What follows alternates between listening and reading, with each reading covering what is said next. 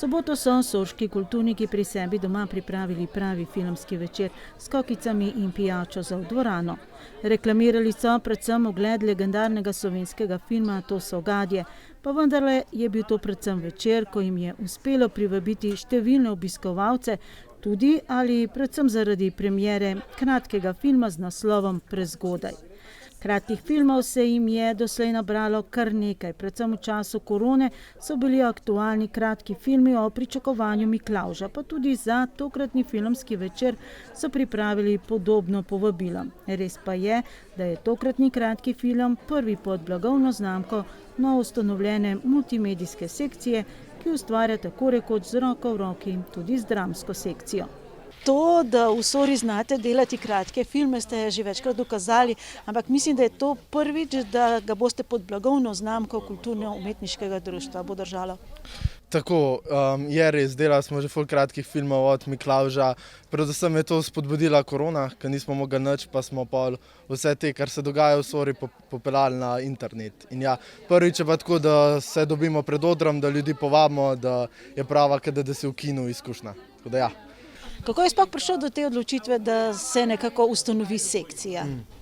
Ja, videli smo, da nas to veseli, da delamo, da snemamo in smo si rekli, zakaj ne bi poleg dramske sekcije, v kateri smo tudi vsi aktivni, naredili še eno sekcijo zraven. Kratki film sicer nosi naslov Prehitro in zakaj je temu tako, ne izvemo vse do konca, ko naslov dobi še vzgojno dopolnilo. Ne obsojaj prehitro. Prej gon se, no, res. Potem me bo me bo. Tako je bil avto zaradi mene na popravilu 2-krat. 4-krat. Kar nekaj skrivnosti je bilo okrog tega filma. Nekako smo ugotovili samo eno igralsko zasedbo.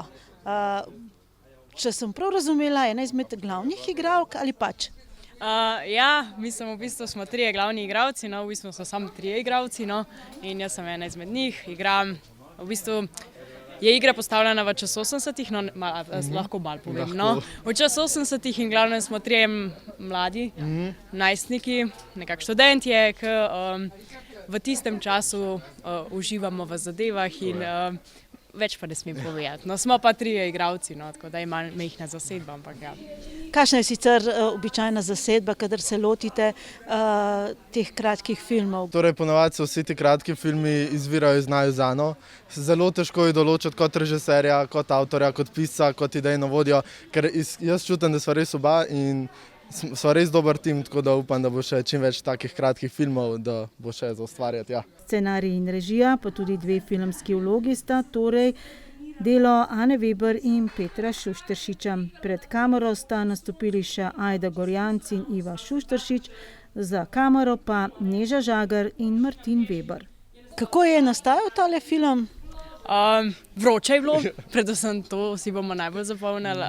Je pa nastajalo tako, no, imeli smo zelo omejen čas, no, in smo res mogli v kratkem času največ, kolikor smo lahko dali od sebe posneti. Je bilo na prostem, se pravi, je bil tudi zelo vremensko in svetlobno, je bilo zelo zahtevno, ampak en boljših snemanj, kar smo jih do zdaj, no, dali čez prvo poletno snemanje, iskreno. Res, ja. In tako zelo pač dobro, da sta Ana pa Peter tako zavzeta, da pač zdaj naredimo. Ampak itak je pa zmer tak dober odziv od publike, da smo tako, pač mi delamo, najprej posledično zaradi tega, ker je publika navdušena, ampak zato, ker se mi toliko zabavamo. Pač na teh snemanjih je noro dober in ja, svakamo na čas res, da nas bereta in napišeta in imata ideje nore in poslušata tudi nas, no, med drugim. Kakšna nora ideja iz tega filma? Kar je treba izpostaviti je to, da je film nekako posnet iz resničnih dogodkov, ker smo mi trije z Anči šli nekaj nabirati in smo imeli tako izkušnjo, tako da samo pisanje ni bilo zahtevno, ker smo bolj ne... Izhajali sebe. Ja. Jaz si bom pa najbolj, jaz ne kadim, no. Ampak v tem filmu pa jaz non-stop to delam in je bilo kar naporno zame, ampak smo zdržali, no.